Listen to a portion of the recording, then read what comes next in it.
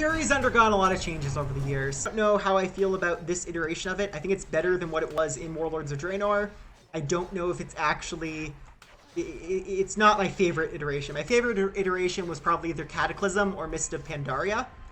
But this one, a little less awesome. They have improved some graphics so much that they feel good. Like, that looks good. I think we also have some actual sound effect differences, so it's not the same sound every time. Look at that. It makes it a slightly different sound every time you use it. That's really cool. It looks really solid. So I'm glad that we've got stuff like that spiced up, and that feels really fun.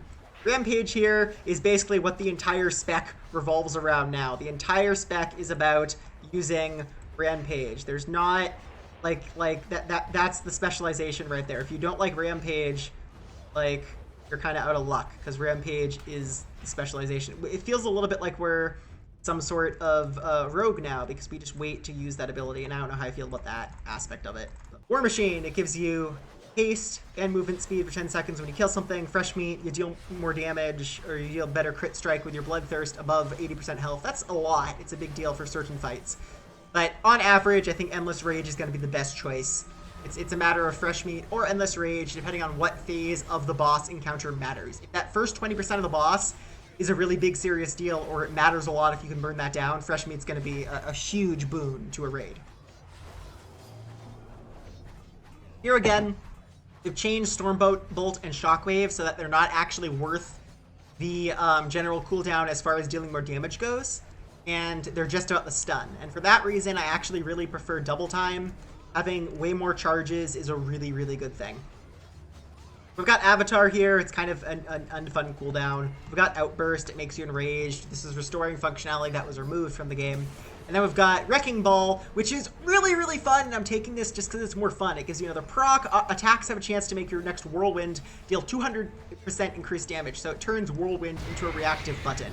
That's fun to me. I like that sort of gameplay. So we're going to roll that one. Fury's Charge here is... Charge increases the healing from your next Bloodthirst. I don't know, it's kind of War Paint. You now only take 20% increased damage from Enraged. So this offsets one of Fury's downsides, which is that we now take more damage while Enraged. Again, it's not that exciting. This ends up the most exciting. This is also technically a DPS throughput increase because Heroic Leap is off the general cooldown. But technically speaking, this is the best ability, I believe. They have changed the animation quite considerably. I'm not sure if it deals its damage or if you can easily keep attacking while you use the ability or not. So we will see if it's still the case that that's actually a DPS increase using like that. Anyway, Massacre. Execute critical strikes. Reduce the rage cost of your next Rampage by 100%. This ability is the cause of a lot of controversy in the warrior community, namely because it fixes a major problem that we have right now during the execute percent of a fight. And it's cool, it's fun, it feels better, it fixes the rotation really strong. We don't play very well in the execute phase of a fight without this ability. So it's very important. Frothing Berserker is when you reach 100 rage, your damage is increased by 10% and your movement speed is increased by 6 seconds, for 30% for 6 seconds. And while that might sound cool if you don't play warriors a lot, it's actually bad. And part of the reason that this is a problem where it's bad is that the entire design about the warrior is meant to be not rage capping. Rage capping is bad. If you rage cap and then you use another auto attack, what happens is you now have had a chance that you've now wasted rage. That is, you've generated rage on your character, but you were at the cap for rage at 100, so you can't generate more rage, and that rage is now gone. That rage could have been turned into damage, and now your damage is lower. So an ability that encourages you to hit the rage cap, it's a little interesting. At the same time, it gives you a way to have an additional burst window during gameplay, so there could be a way to optimize this talent and have it be the best one in this tier. And I strongly believe that's possible. This could be the best talent in the tier, but it's going to take a lot of theory crafting for it to get there. Carnage is really fun. It's the one that makes the spec feel the best outside of Execute, so it's the one I'm going to run the most often. Bloodbath, I love Bloodbath. Frenzy, I'm not so crazy about Frenzy.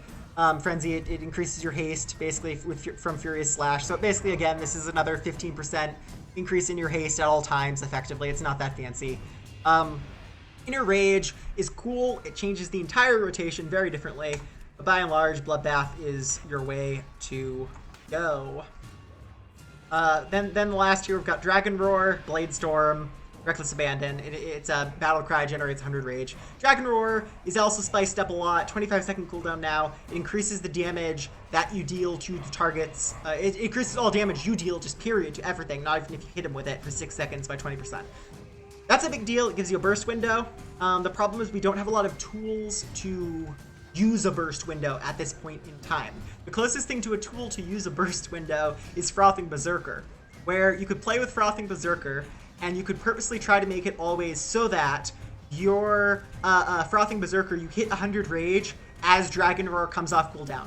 So then you hit 100 rage, you've got the 10% damage increase from Frothing Berserker, and then you also got Dragon Roar up for 20% damage increase. Those then stack, then you burn all your rage down.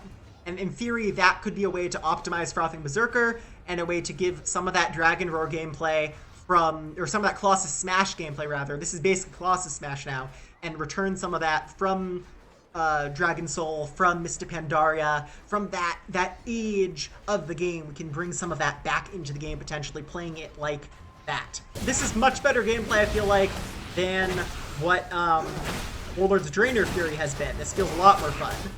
Rampage is cool. You strike everything. Let's try to get a close-up of Rampage. My next one just looks really good.